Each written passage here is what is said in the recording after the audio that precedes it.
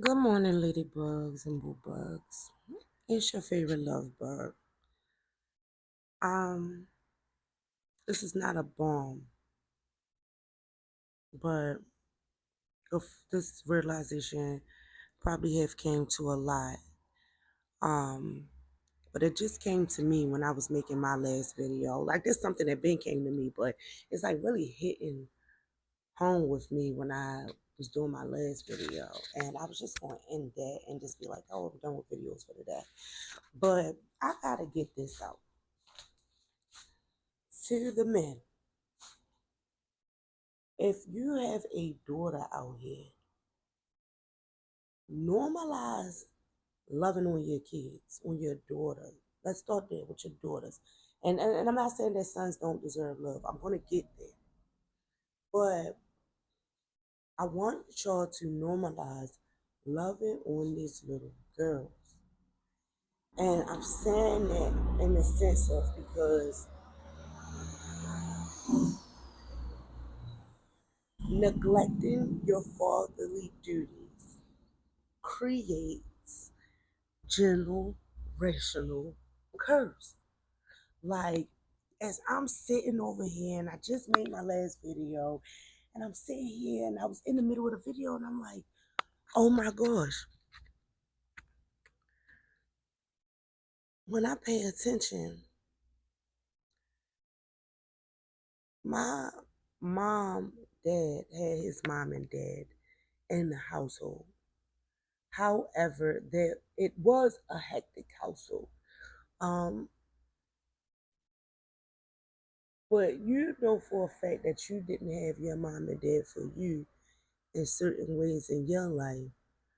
So you go and you create a family, and oh, I'm some hot stuff, grass green on the other side, or you seen how your dad was messing with her, had this wife and messed with her, and still was able to keep it going, and you thought that my grandmother was gonna be like that, and then lo and behold, you learn that she know her worth,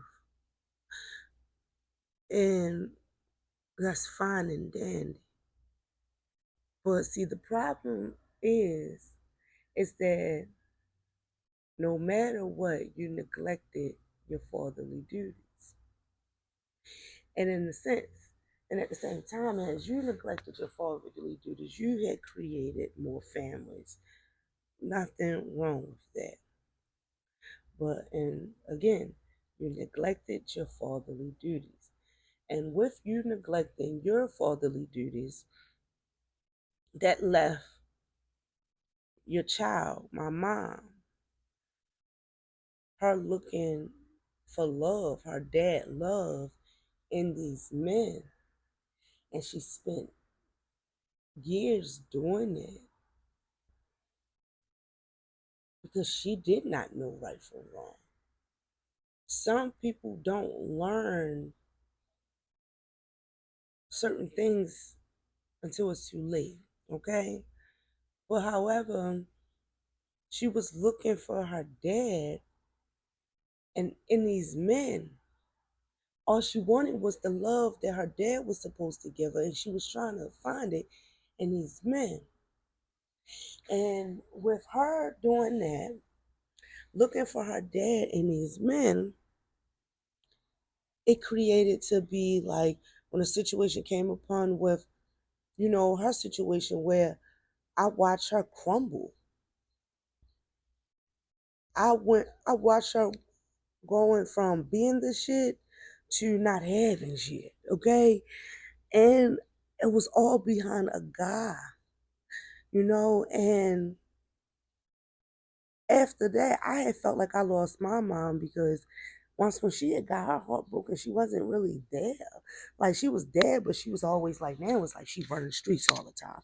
Now I ain't always her right hand, her right hand man. I ain't by her side every time she going outside no more. Now she's looking for love. Like, and I knew she was looking for love at a young child. I just didn't know that's what it was called. I was just confused. I know I used to sit back and watch and be like, what? And I never forget not being able to have friends or friends not Prince not liking me because of what my mom had going on, or oh, you can't go over her house because this, that, and the third. This niggas running in and out the house, this, that, and the third. Like, what the fuck that got to do with me? Like, it was just like the company that she was keeping. She thought the nigga loved her, so I'm gonna let him do what he, sell a little drugs out my house. Whole time, no, it's not what it was. You get what I'm saying? Like, I watched my mother for all my life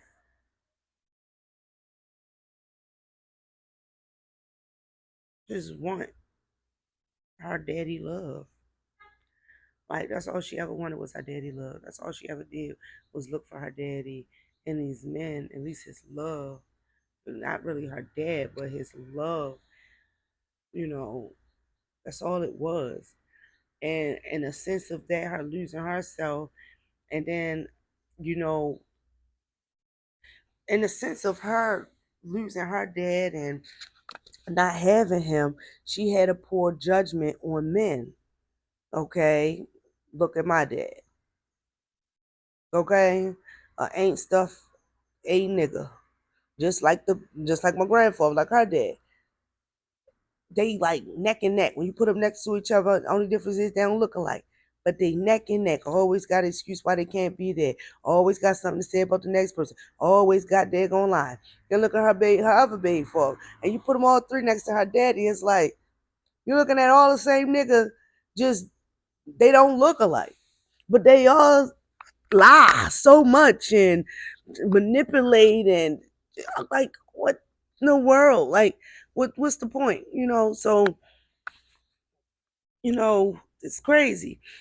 And in the sense of like me watching her go through that, me feeling like I lost my mom at a certain time in my life, me honestly can say that I never really, like, I never in my life, I cannot really tell you a time that my father really showed me love.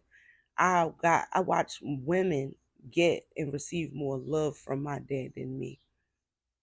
Okay. And I can say, and let me pause, let me rewind that. I'm lying. Good times I remember when me and my dad was down in Douglas before that girl mother left him. It was good times. He was happy. Sometimes he had his little times where he was angry. Like, you always tell he was fighting something. But he always had his little times where he was angry, but it was happy times for me because he wasn't like putting his anger out on me. You get what I'm saying? So it was a happy time. I didn't really see him like doing too much wilding out on people during that time until I had to always go with him. Like at the time, at the while my grandmother started making him like, no, take your daughter. She's going with you. Stop leaving her in here with me. No, I got my own family. Take your daughter with you. Like, go ahead, bye. You know. But in the sense of him, the dad, not really feeling like he had his parents, but not really in a sense. Him not being there for his kids. My mom looking for her dad, looking for love in her dad. Me feeling like I didn't never really have no hold up a pause. So her with the relationship, not really having a relationship with her dad, receiving the love that she wanted from her dad, it go into a trauma bond. Cause here it is now, my dad and my mom together. And it's a trauma bond. Her dad ain't in her life. His dad ain't in his life. Her dad ain't in her life because he choose not to be because he want to be with Betty Sue and the rest of them. You know, his dad, he in and out of prison, so he has a reason why he not in his life. And then on top of it, my dad was conceived out of marriage. That's his dad was married when he came in the picture. You get what I'm saying? So, and my granddad was in prison, so that was a trauma bond for them. So then here I come along, and then boom, I'm looking for love and all this other stuff. Then here comes me. I runs into my kid's dad. Me and my kid's dad, we nice and cool. I didn't even ever like them when I first met him. He could say that on his own. I didn't like him. Mm-mm. We trauma bond. We freaking trauma bond. I will get to what I went through, but I was going through my little things with what my dad had did to me, and me not feeling like during that time as a teenager, me and my mother, we beat so much. I felt like I wasn't loved by my mother. Like, what would mother acts like this towards our child? What mother treats our child like this? You get what I'm saying? So me and him, we come together, we trauma bond, we talk and we communicating, and that's how our bond became as strong as it was because of what we have experienced. We had daggone near almost the same experience. We was going through the same thing, both feeling abandoned, didn't feel, both feeling like no one loved us, didn't feel like no one, like it was a trauma bond. So boom, I'm speaking on this and I'm saying y'all niggas love on y'all daughters, yo. I have a daughter. My kid's dad remind me a whole lot like my dad. Always excuses. Always excuses. Like my father always used to have excuses why he couldn't do nothing for me or buy me anything, but I always had a bed, always had a cigarette, always had a blunt, always had a piece of pussy right there next to him. Okay. But when it came to me needing anything, I cannot tell you how many times I can't even tell you my father by himself out on his own without anyone's help coming out of pocket more than 10 times for me buying me shit. No. Nope. Not clothes, not shoes, no none of that. Nope. Nope.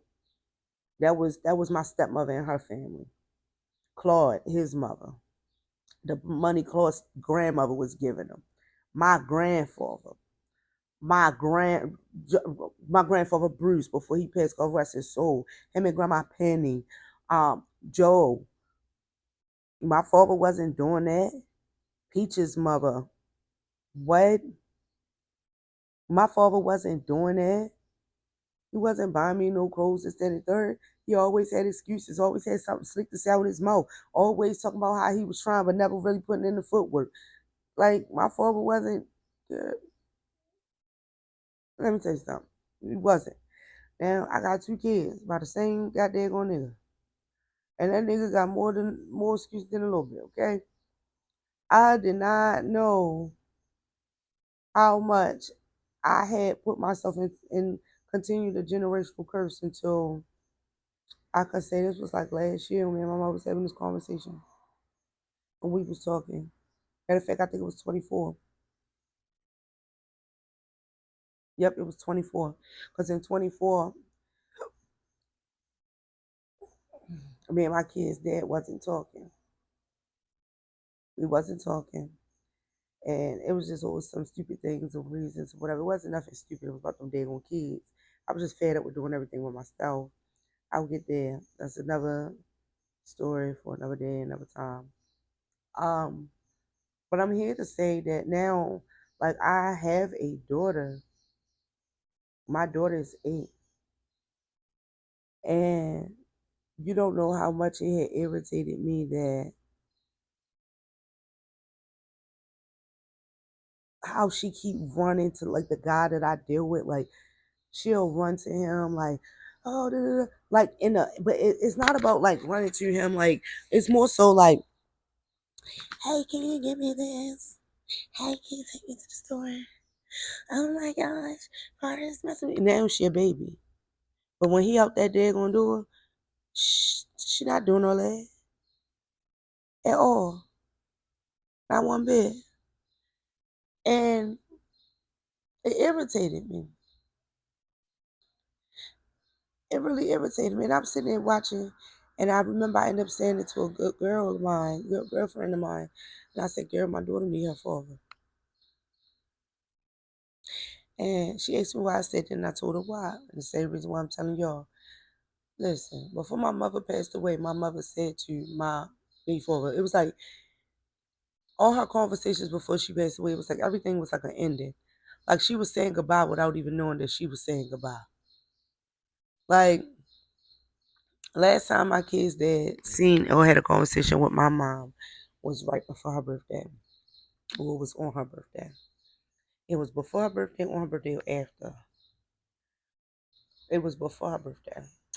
And we was all standing here, and she was just basically telling him, like, my nigga, I ain't had my father. Takara ain't had her father. And she said, and I need you to break that curse right now. And he was like, I'm trying my best. I'm trying. She said, mm-mm. I don't want to hear that, nigga. I don't want to hear that. I need you to break that curse right now. And she just kept saying that to him. That was the last time she seen him. That was the last time they locked eyes on each other before she passed.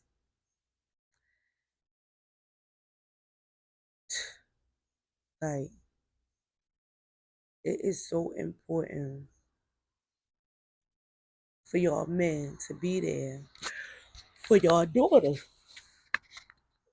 Stepping up, being forward, even if you don't feel like it, just do it. Even if you get frustrated, sit right there and figure out why. Trust and believe your child ain't nothing but another part of you. Your child gonna help you discover some things about yourself you ain't even know. Give these babies a chance.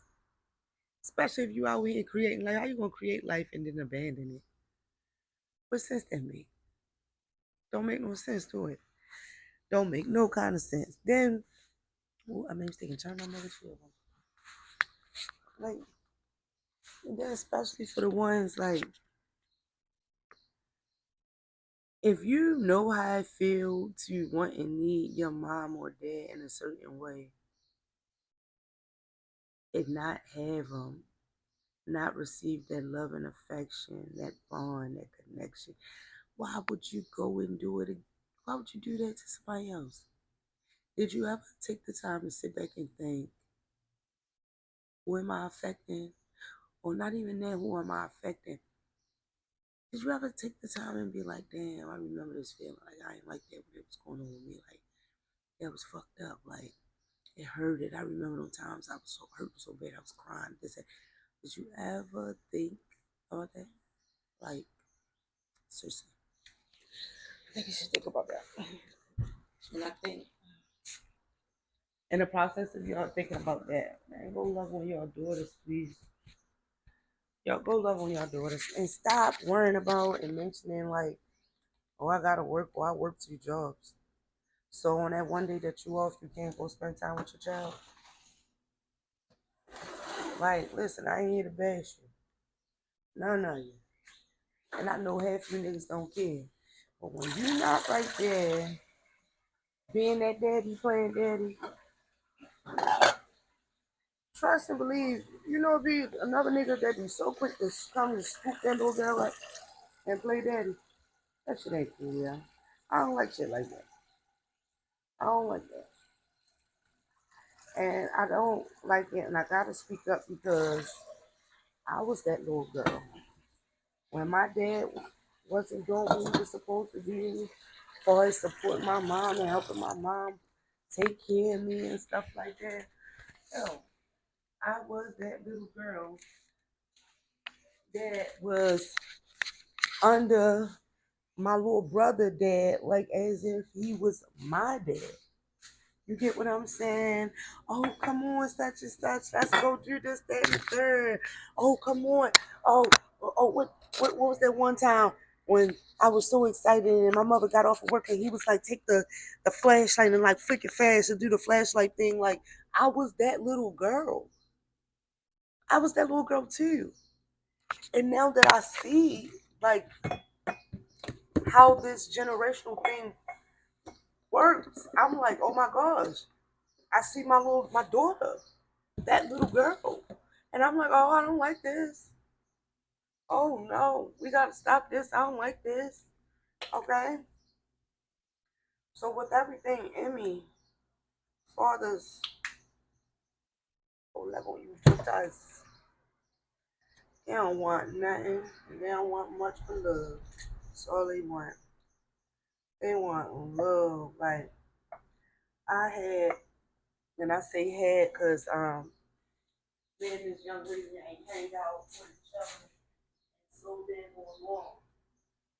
But I had this homegirl who's a real good friend of mine. I consider her. But remind you, I told you I'm gonna get to where my dad, how he messed me up so much that at one point in time I made it clear that I wasn't a good friend in life at one point. And I'm gonna get there. But I had this real good homegirl, and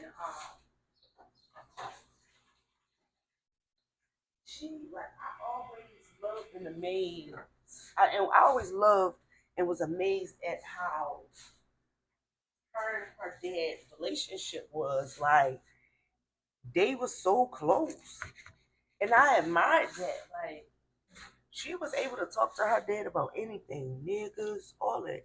Like, he would talk to her about niggas, like, them niggas don't want nothing, won't want nothing from you but just your body, trying to have sex, this, that, the third. Like, she had a fault just like how mine was. Like, her dad would tell her, like, oh, you tell her, like, she fed and shit and stuff like that. But he never, from what I know, he never was doing weird stuff, like smelling underwears and stuff. We'll get to that. I think I didn't get, no, I didn't get there. Well, I'm gonna get there. I already gave y'all clues to what one of my videos is gonna be about. So boom. But dads, let's normalize being there for these girls. Let's normalize being dads. Let's normalize just being dads. Like, oh my gosh, I remember a real dad. Let me tell you something. I remember them real dads because I don't know what these days is now. I remember them real dads that would get their kids and this was guys that used to tramp and stuff. They would still get their child and they go take them do what they want to do, have fun, just stand there, and they always made sure they found a way to get back to that money. You get what I'm saying? You got these dads nowadays that just want to make excuses, or now you just only want to be on the phone. Like, what about the effort? What about putting forth some time? So it's crazy. All I'm saying is that dads, is really important for y'all to step up and be a part of these young ladies' lives. Please, like, let's do that. Let's normalize our kids looking at us as mommy and daddy and looking at us for love and affection, and you seeing that and loving that and appreciating that versus your child looking for it in someone else. It's not right and it's not okay. And then the minute that your child calls somebody else mommy or daddy or want to spend time with that person before you, then now you hurt. Yes, normalize it, please, please. Break these generational curses. I'm trying to tell you, it's not hard. Always remember, how did I feel when this was me? That's all I ask. All right, my ladybugs and my boo bugs. I love y'all. It's your favorite love bug.